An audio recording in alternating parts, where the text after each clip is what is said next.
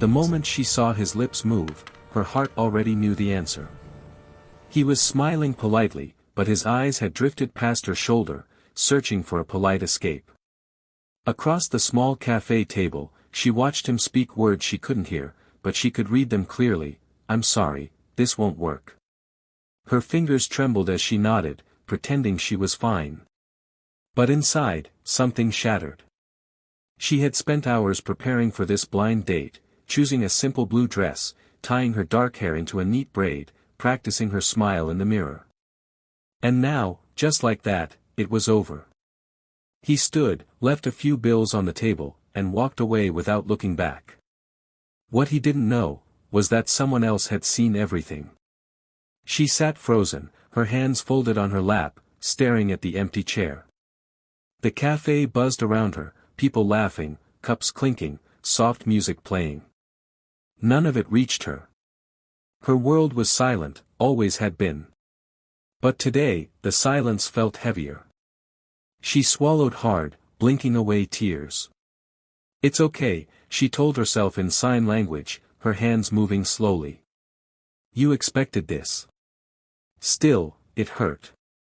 Being deaf meant people often judged her before knowing her. They assumed life with her would be complicated, exhausting, inconvenient. She had heard those words before, through writing, through expressions, through the way people avoided her. She reached for her bag, ready to leave, when a shadow fell across the table. She looked up, startled. A man stood there, mid-30s, gentle eyes, wearing a worn jacket and a warm smile. He pointed to himself, then to the empty chair, silently asking permission to sit. Confused but polite, she nodded. He sat and pulled out a small notebook from his pocket. Carefully, he wrote something, then turned it toward her. "You deserve better." Her breath caught. She stared at the words, then at him.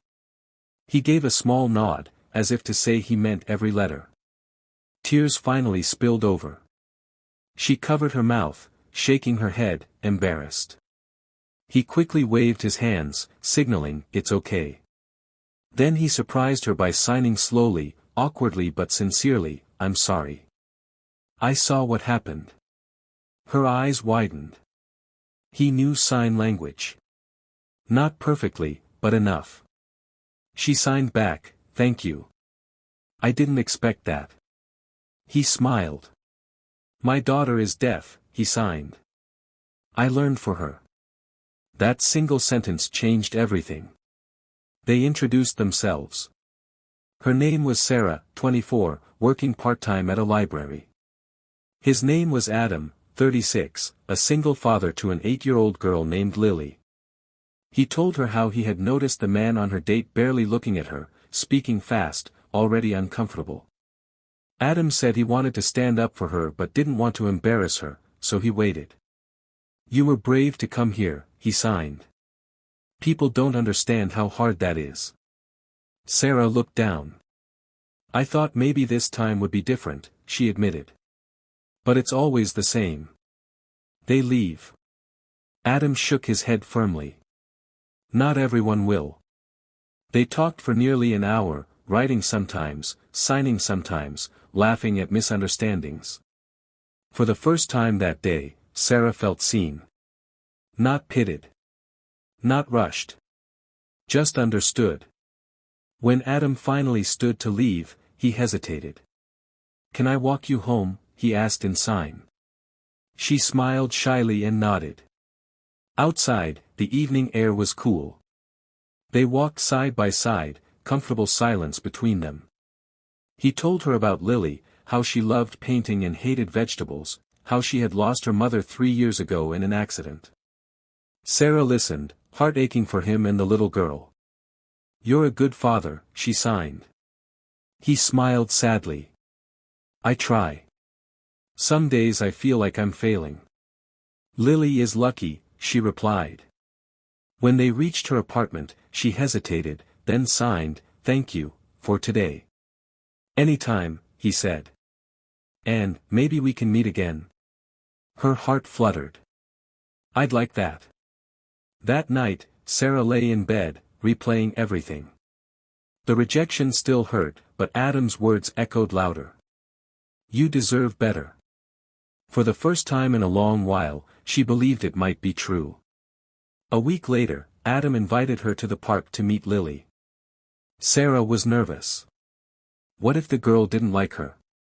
What if she made things awkward? But when Lily saw her, her face lit up. Daddy! Is she the lady you told me about? Lily signed excitedly. Sarah gasped. You signed too? Lily nodded proudly. Daddy taught me. And my teacher helps. They instantly connected. Lily showed her drawings, tugged her hand to the swings, and laughed when Sarah pushed her gently. Adam watched from a bench, his heart full. That day felt like something special. Not romantic, not forced. Just, real. Weeks passed. Adam and Sarah grew closer. They went for walks, cooked dinner together, helped Lily with homework. Sarah taught Lily new signs, and Lily taught Sarah silly jokes. Slowly, Sarah stopped feeling invisible.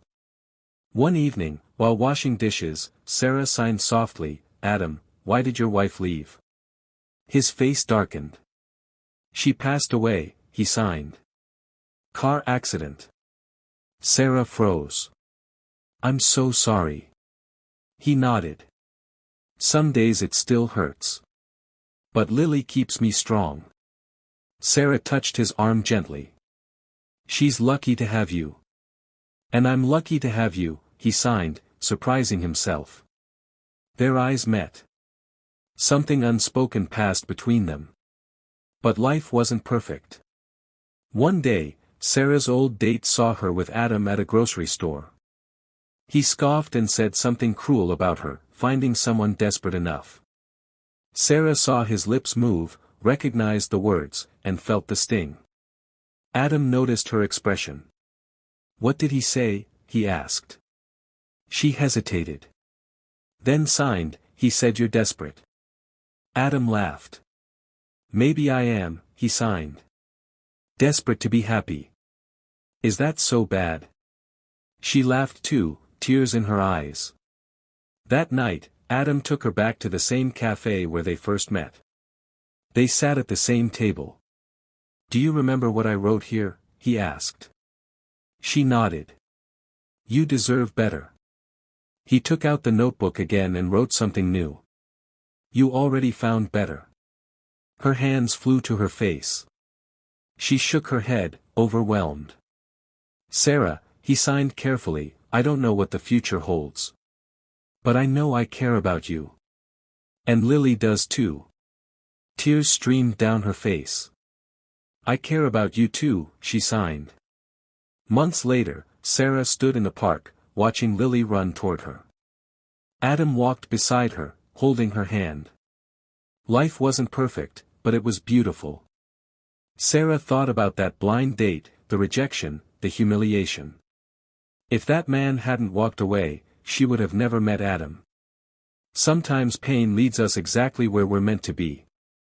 She looked at Adam and signed, thank you, for sitting at the next table that day.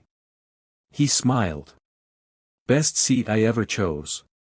And in the quiet world they shared, Sarah finally felt something she had searched for her entire life. She felt chosen, respected, and loved. Because sometimes, it takes one cruel goodbye to lead you to the kind of love that never leaves.